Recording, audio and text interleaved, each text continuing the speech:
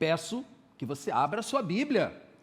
Abra sua Bíblia em Mateus capítulo 6. Mateus capítulo 6.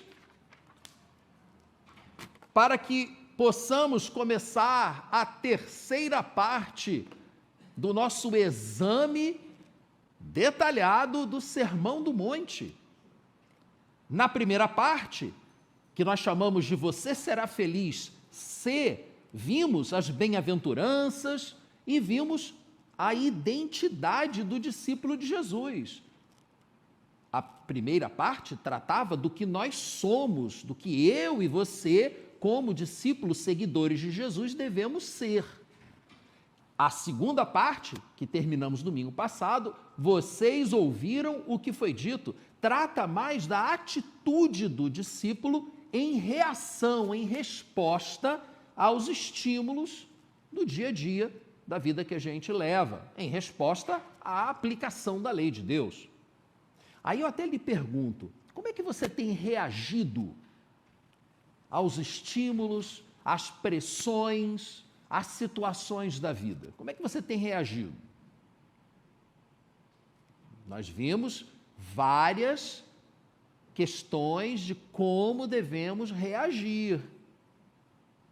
Veja lá, poxa, não lembro de nada. Então, vá lá no nosso canal do YouTube, veja as mensagens novamente, agora estão recortadas, você vai direto na mensagem, está lá, cada uma delas, como devemos reagir às circunstâncias do nosso dia a dia.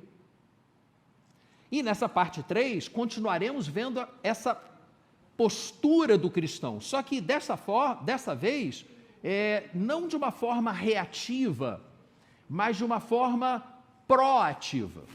Um posicionamento afirmativo do cristão diante do relacionamento com Deus e do relacionamento com o próximo. Tudo não se resume a amar a Deus sobre todas as coisas e amar ao próximo como a nós mesmos? Como fazermos isso de forma muito prática? Pois bem, é exatamente isso que veremos nessa parte 3. E é importante não nos esquecermos de uma questão que é fundamental e que eu venho sempre chamando a sua atenção para isso. O Sermão do Monte, ele foi apresentado por Jesus para os seus discípulos. Quem não é um discípulo do Senhor Jesus, quem não nasceu de novo da água e do Espírito, simplesmente não consegue viver as orientações de Jesus no Sermão do Monte, porque não é possível viver as bem-aventuranças, viver a profundidade da aplicação da lei de Deus, se não for pelo Espírito Santo. Em nós mesmos, nós não temos poder para isso.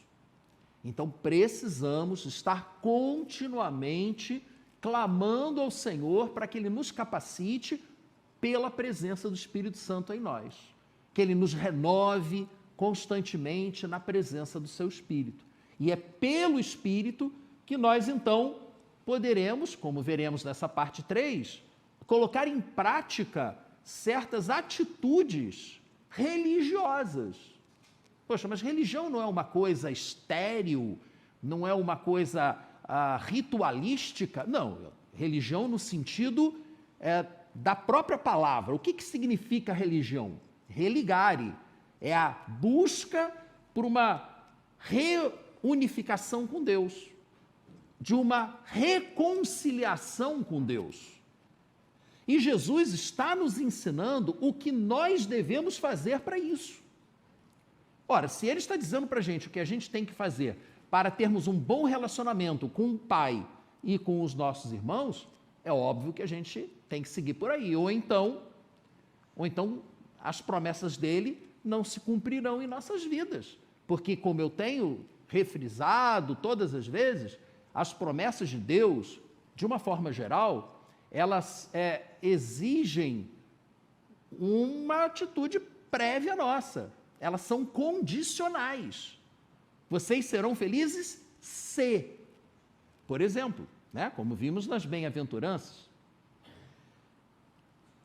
E o fato de termos nascido de novo nos torna estrangeiros nessa terra. Nós não pertencemos mais a esse mundo, nós morremos para esse mundo. Nós aqui somos peregrinos, a caminho da terra que Deus tem preparado para nós, como leremos aqui, desde antes da fundação do mundo. A herança que está prevista para nós, preparada para nós, ela já está pronta. Mas nós só entraremos no gozo dessa herança quando chegarmos em casa. Por enquanto, estamos a caminho. E essa caminhada é uma caminhada sofrida. Não é um mar de rosas. Não é céu de brigadeiro. É tempestade. Ah, Leonardo, não pode. Me prometeram que se eu me convertesse ia dar tudo certo na minha vida. Poxa, então te enganaram. Desculpe. Porque a Bíblia não promete isso não. Pelo contrário, olha só o que Jesus falou para a gente em João capítulo 16, versículo 33.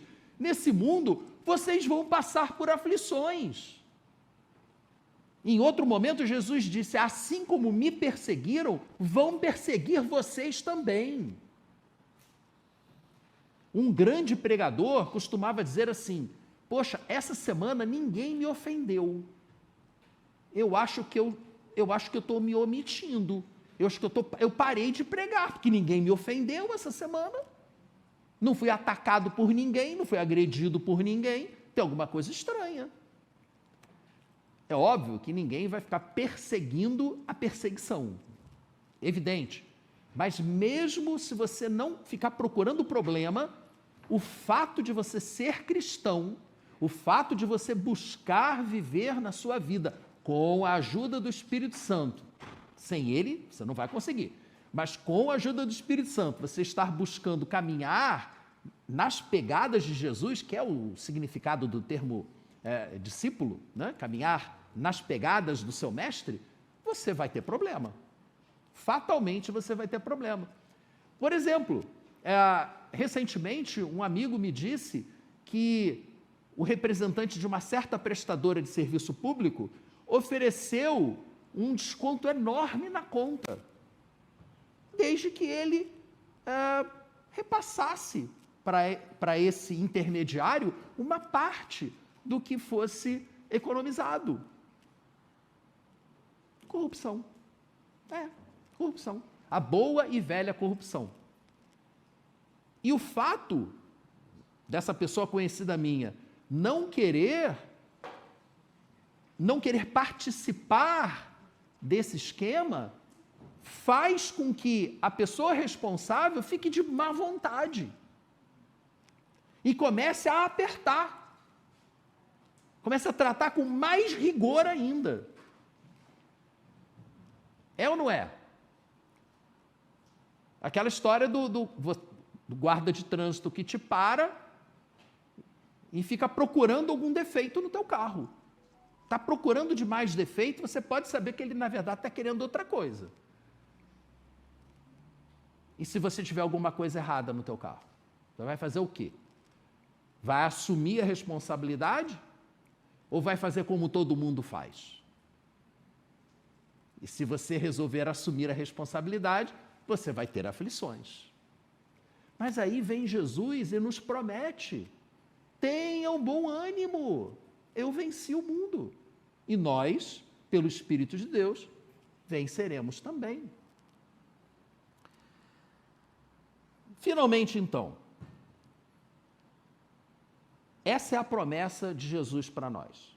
É um alerta, nós vamos ter problemas, infelizmente, não haverá como fugir deles, mas junto com essa promessa, esse reconhecimento da realidade, vem uma promessa positiva.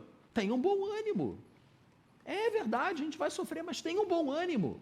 Não lemos lá em 2 Coríntios, antes de começarmos aqui, esse momento do exame da palavra, que a gente pode ficar pressionado, mas não desanima, pode ficar perplexo, mas não se desespera, pode ser perseguido, mas não é abandonado, pode até ficar abatido, mas não é destruído.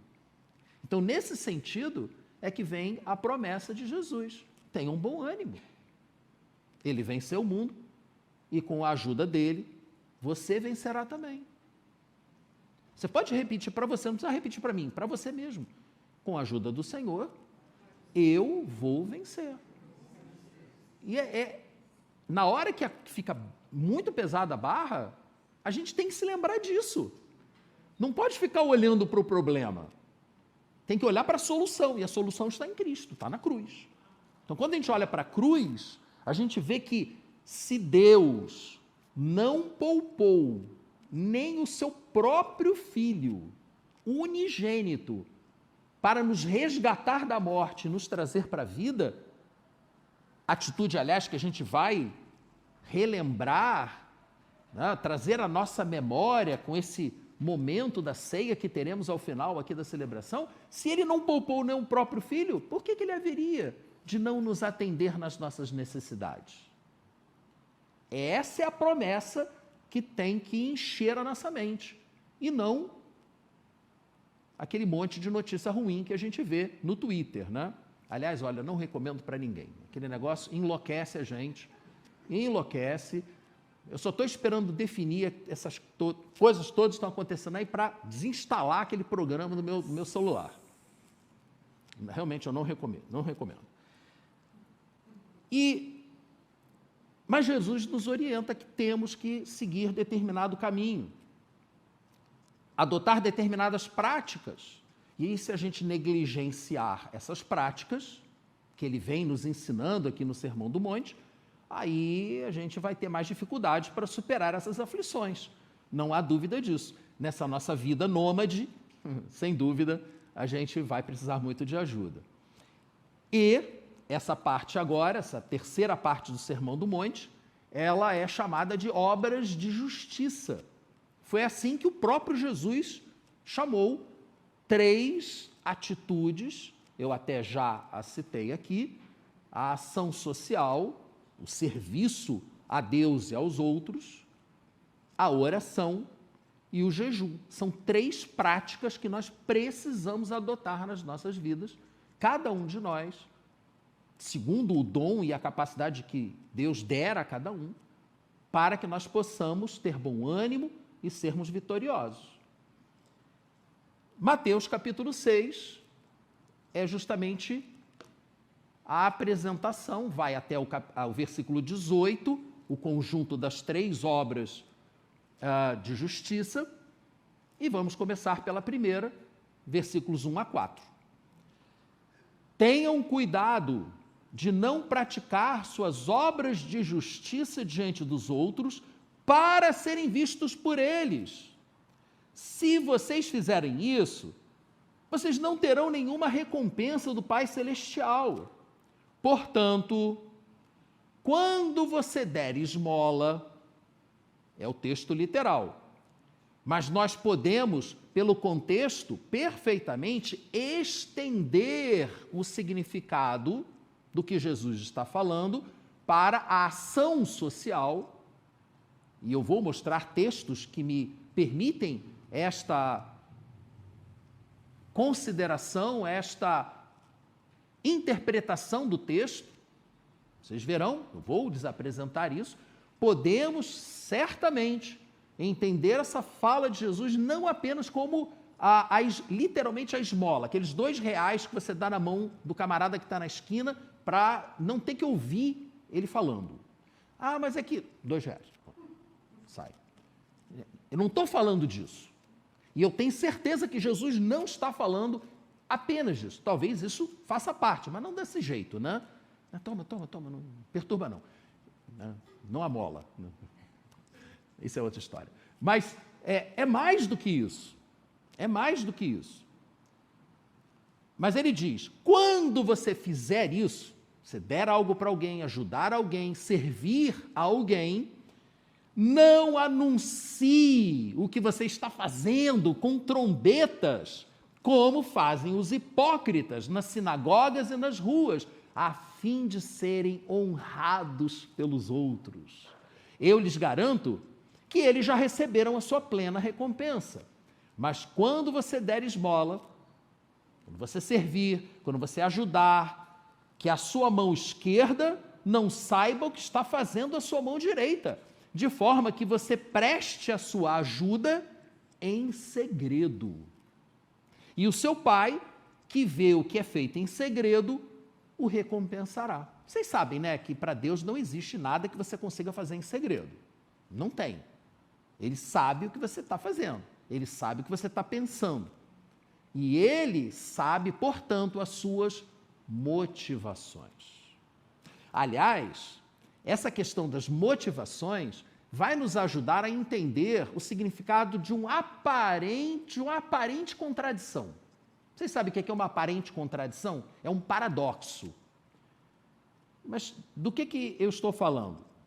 Nós acabamos de ler, em Mateus capítulo 6, versículo 1, que nós temos que ter cuidado para não praticarmos as nossas obras de justiça diante dos outros para sermos vistos por eles.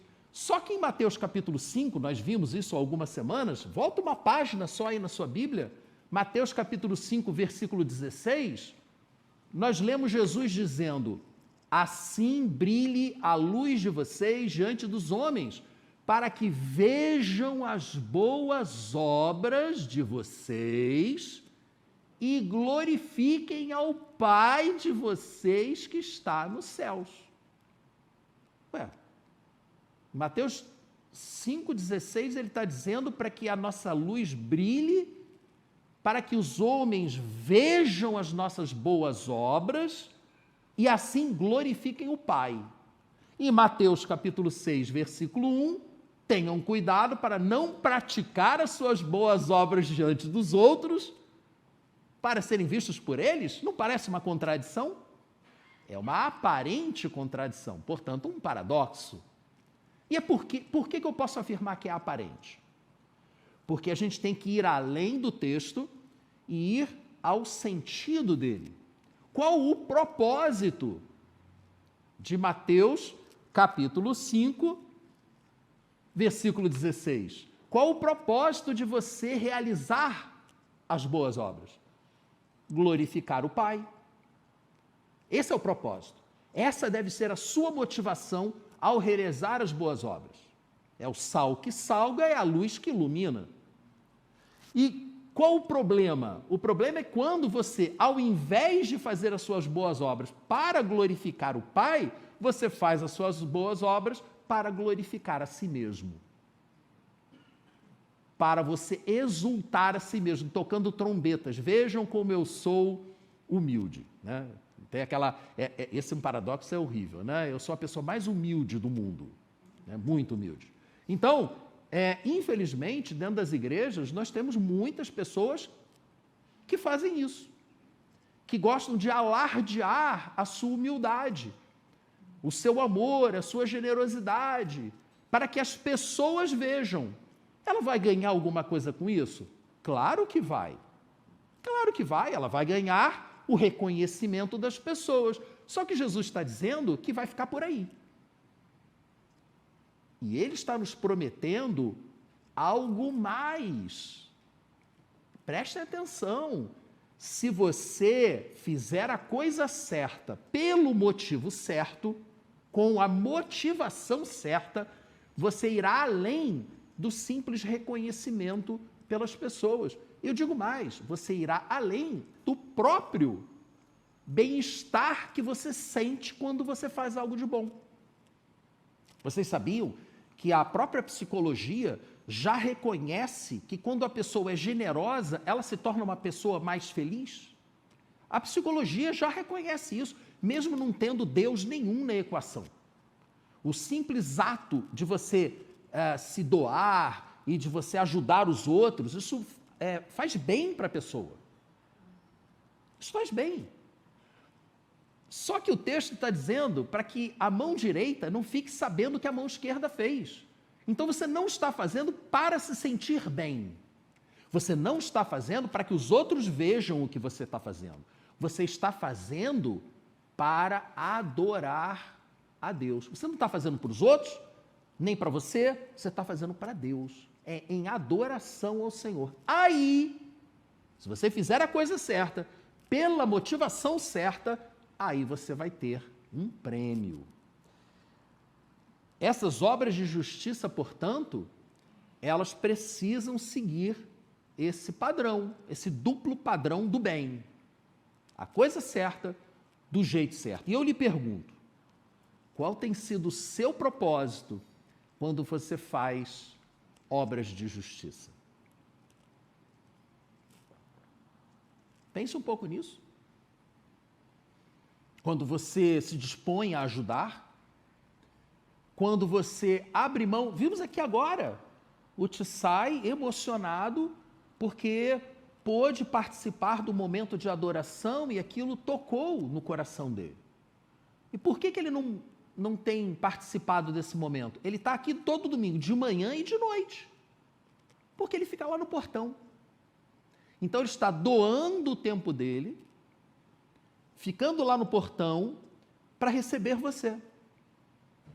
Hoje ele pôde participar do momento de adoração e aquilo fez um bem imenso para ele. Hoje ouvimos a Eliane cantando aqui. Eliane normalmente não está aqui cantando, apesar da voz belíssima que ela tem. Por que não? Porque normalmente ela está cuidando das crianças. Minha esposa também tem uma voz ótima. Nunca ouvimos ela cantar. Porque ela está sempre fazendo aquilo que ninguém vê. Que as pessoas só sentem falta se não for feito. Nós não fazemos para nós. Nós não fazemos para os outros nos verem. Nós fazemos para Deus. Só que nós, como igreja, não podemos nos limitar a 3, 4, 5, 6 pessoas. Todos nós precisamos desenvolver esse hábito de realizar as obras de justiça. O serviço ao outro, a oração e o jejum, que veremos depois. Todos nós. Porque, infelizmente, está permeando as igrejas um espírito nocivo, que é um espírito de consumo. E muitos cristãos, pessoas salvas e redimidas pelo sangue do Cordeiro, desenvolvem um relacionamento de consumo com a igreja. Vem, tem um bom ar-condicionado, uma boa adoração, um ambiente agradável, um lanchinho legal depois. Veio, consumiu e foi embora. Nenhuma igreja suporta isso, gente. A meia dúzia que vai carregar o piano vai ficar esgotado. Todos temos que botar a mão no piano. Uns para tocar e outros para carregar. Cada um tem o seu dom. E você tem o seu dom. E quando você não exerce o seu dom na igreja, usando aqui as palavras de Jesus, quando você não dá a sua esmola, o mendigo sente falta. O corpo de Cristo, ele é edificado quando cada membro utiliza o seu dom a serviço do corpo. Senão ele não cresce. E fica ali patinando e patinando, como um carro que entrou num lamaçal. Roda, roda, roda, joga lama para cima e joga lama para cima e não sai do lugar. Nós não podemos ficar assim. Nós precisamos quebrar esse espírito nocivo de ser servido para adotar o chamado do Senhor para servir, para ir e ajudar. Por isso que a gente tem que se examinar. E hoje nós teremos oportunidade de fazer o autoexame na hora da ceia, que é o que Paulo nos recomenda. Precisamos nos examinar. Você precisa parar e pensar: como eu estou servindo a minha igreja? Porque esta é a sua igreja, o corpo de Cristo nesse cantinho de Botafogo, quase Humaitá. Tem várias outras. Essa não é melhor do que as outras, nem pior. Cada uma tem as suas características. E ninguém é obrigado a ficar na igreja A ou na igreja B. A pessoa tem que ficar na igreja que o Espírito o conduzir até lá, porque o Espírito sabe quais são os dons que estão faltando e sabe qual foi o dom que deu para você. Então ele vai trazer você para esta igreja ou levar você para outra igreja onde você poderá colocar o seu dom em prática. E com isso se doar, e com isso servir, e com isso receber tudo aquilo que está prometido para você. E as promessas não são pequenas. Eu vou mostrar aqui para vocês. Faça a coisa certa pela motivação certa, buscando o equilíbrio entre o exibicionismo, de Mateus 6:1, né? Tocando trombeta para os outros verem o que você está fazendo, isso é exibicionismo, está fazendo pelo motivo errado, a sua recompensa se esgotou no próprio ato do reconhecimento público pelo que você está fazendo, mas tem o extremo de você não fazer nada, de se omitir, que é tão danoso quanto. Porque se você não fizer, ninguém fará. Ou alguém vai ter que fazer por você e vai ficar sobrecarregado. Então, o equilíbrio entre o exibicionismo e a omissão. É importante isso. Como fazer a ação social? Como agir no serviço? Portanto, eu peço que você abra a sua Bíblia agora, avance, né? Você está em Mateus capítulo 6, avance para Mateus capítulo 25. E aí você verá algumas situações muito específicas que o próprio Jesus apresentou para os seus discípulos num dos seus últimos sermões. Estamos vendo o Sermão do Monte? Um dos últimos sermões de Jesus é o sermão escatológico, o sermão apocalíptico de Jesus. Aliás, eu estou pedindo a Deus que já me inspire na próxima série. E hoje de manhã eu senti do Senhor que a próxima série provavelmente vai ser baseada em Mateus capítulo 25, o sermão escatológico de Jesus. Vai depender do que vai acontecer daqui até lá, né? Não sei, de repente vai cair bem, né? Jesus está voltando. Então, vamos ver, ore por isso, para que o Senhor confirme no meu coração, né? Mateus 25 tem umas pegadas bem interessantes. E nós vamos começar a ver, não vamos ver tudo, mas vamos começar a ver agora. Versículo 31.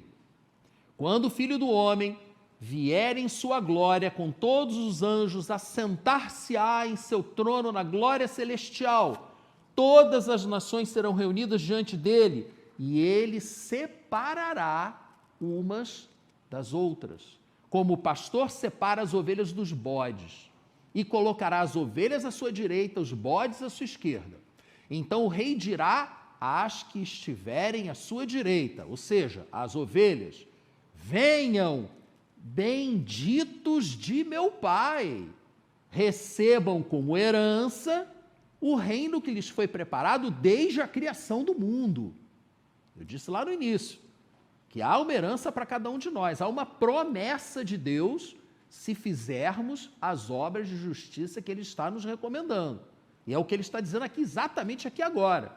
Venham receber a herança que foi preparada para vocês. Mas por quê? E Ele explica: pois eu tive fome e vocês me deram de comer, tive sede e vocês me deram de beber, fui estrangeiro e vocês me acolheram, necessitei de roupas e vocês me vestiram, estive enfermo, vocês cuidaram de mim, estive preso, vocês me visitaram. Então os justos, as ovelhinhas, que estão à direita do Senhor, lhe responderão: Senhor, quando te vimos com fome, te demos de comer? Ou com sede, te demos de beber? Quando te vimos como estrangeiro, te acolhemos? Quando necessitado de roupas e te vestimos? Quando te vimos enfermo ou preso e fomos te visitar? E sobre essa história da prisão, gente, eu não estou falando só sobre a prisão lá de Bangu. Porque hoje, o que não falta é gente presa dentro de casa, com medo, com pânico, com ansiedade, ou escrava de uma tela. que pode ser pequenininha ou grandona. E a pessoa ali fica escravizada àquelas imagens e não consegue viver. Essas pessoas precisam da nossa ajuda. E aquelas ovelhas, quando ouviram o Pai, Jesus, dizer para elas que elas fizeram todas essas coisas, versículo 40, o rei responderá: digo-lhes a verdade, o que vocês fizeram a algum dos meus menores irmãos, um dos meus pequeninos, a mim vocês o fizeram. Quando você serve o seu irmão, você está servindo a Jesus. Quando você ajuda o seu irmão, você está ajudando a Jesus. E não só o seu irmão aqui de dentro da igreja, com o seu serviço, os seus dons, mas também as pessoas necessitadas, aquilo que chamamos de ação social e que a nossa igreja procura fazer. Como já ouvimos aqui. Vamos comprar um purificador de água lá para a Missão Batista. Não, vamos comprar? Não, já compramos. Louvado seja o Senhor, recebemos os recursos necessários e já está comprado. Compramos hoje, à tarde, o purificador de água lá para a Missão Batista, no Sinimbu da Mangueira. E já estamos juntando dinheiro para comprar o Gênesis para o Natal das crianças da Missão Batista lá em Acari. Isso é ação social. Os presentes para as crianças atendidas pela Casa Viver. Mas não é só isso. Isso é importante. Mas o serviço uns aos outros também.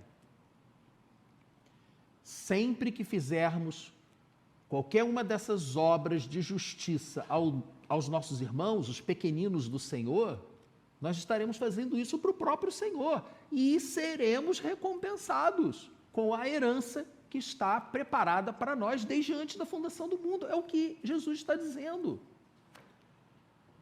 Mas ele continua falando, e aí que é o outro lado da moeda. Versículo 41. Então ele dirá aos que estiverem à sua esquerda, aos bodes: malditos, apartem-se de mim para o fogo eterno, preparado para o diabo e seus anjos, pois eu tive fome, vocês não me deram de comer, tive sede, nada me deram para beber, fui estrangeiro, não me acolheram, necessitei de roupas, vocês não me vestiram, estive enfermo e preso, e vocês não me visitaram. Eles também responderão: Senhor, quando te vimos com fome, ou com sede, ou estrangeiro, ou necessitado de roupas, ou enfermo ou preso, e não te ajudamos? E ele responderá: digo-lhes a verdade, o que vocês deixaram de fazer a alguns desses pequeninos, também a mim deixaram de fazer. E aí ele conclui, lá no versículo 46, e estes, os bodes, aqueles que não fizeram nada, aqueles que se omitiram, irão para o castigo eterno, para o lago de fogo e enxofre que arde eternamente. Mas os justos, os que fizeram, vão para a vida eterna. É a palavra do Senhor. Aliás, Dante, naquela obra magistral que ninguém leu, nem eu, a Divina Comédia, que é grande demais, né? Eu sei, algumas pessoas até leram, mas hoje em dia, pouco provável. Eu estou esperando sair o filme. Aí, Dante diz que tem um espaço especial no inferno para os omissos, para a patota de cima do muro. Então, a turma de cima do muro, a turma que não é nem quente nem frio, aliás, no Apocalipse também tem isso. Lógico, Dante era um homem do seu tempo, no tempo dele, né, os princípios, os valores cristãos ainda permeavam a nossa sociedade, não é como hoje, né, que já morreram todos, mas naquele tempo a cosmovisão cristã imperava. Então você vê, pelo menos nas partes que eu vi, da Divina Comédia, tem base bíblica. Há infernos, pedaços no inferno para pessoas que têm determinadas atitudes, como, por exemplo, a omissão. E Jesus falou isso no Apocalipse, realmente, né? Para a igreja de Laodiceia. Quem dera vocês fossem frios ou quentes, mas porque vocês são mornos, tem vontade de vomitar vocês. Cuidado. Mas aí, nós cristãos, nós que fomos ensinados que a salvação é pela graça, nessa hora a gente dá um nó na cabeça da gente. Mas peraí, mas a salvação não é pela graça? Que história é essa de que se eu não der de comer, não der de beber, eu vou para o inferno? Mas não é pela graça? Eu tenho que fazer alguma coisa? Gente, não é exatamente isso que estava dizendo, né? Vamos dizer assim, a lógica por detrás daquela pregação, daquele pastor que eu não dei o nome, que me motivou a trazer essa série de mensagens sobre o Sermão do Monte. Aquele pastor não disse, vai ser feliz, viva a graça de Deus, não se preocupe. 34 minutos de pregação, ele não falou em arrependimento uma única vez. Falou só em ser feliz. Vai ser feliz, vai ser feliz, vai ser feliz. Ué, onde é que estão as obras de justiça no vai ser feliz? Então, sim, está sendo pregado que nós cristãos, uma vez salvos pela graça, não nos cabe fazer mais nada. Tá? Já estamos a caminho do paraíso, independente do que se faça. E nós estamos vendo no Sermão do Monte, é Jesus, não é Paulo, não é Antigo Testamento. Não é nenhum profeta apocalíptico, é Jesus. E ele está dizendo que não é bem assim. Não é bem assim. Essa lógica, né, do desfrutar a graça de Deus. Gente, somos salvos pela graça, sim. Graça imerecida. Não fizemos nada para merecer o sacrifício de Jesus na cruz por nós.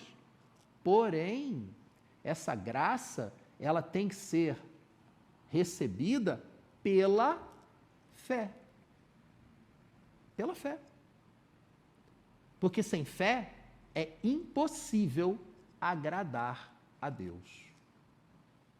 O autor dos Hebreus disse isso.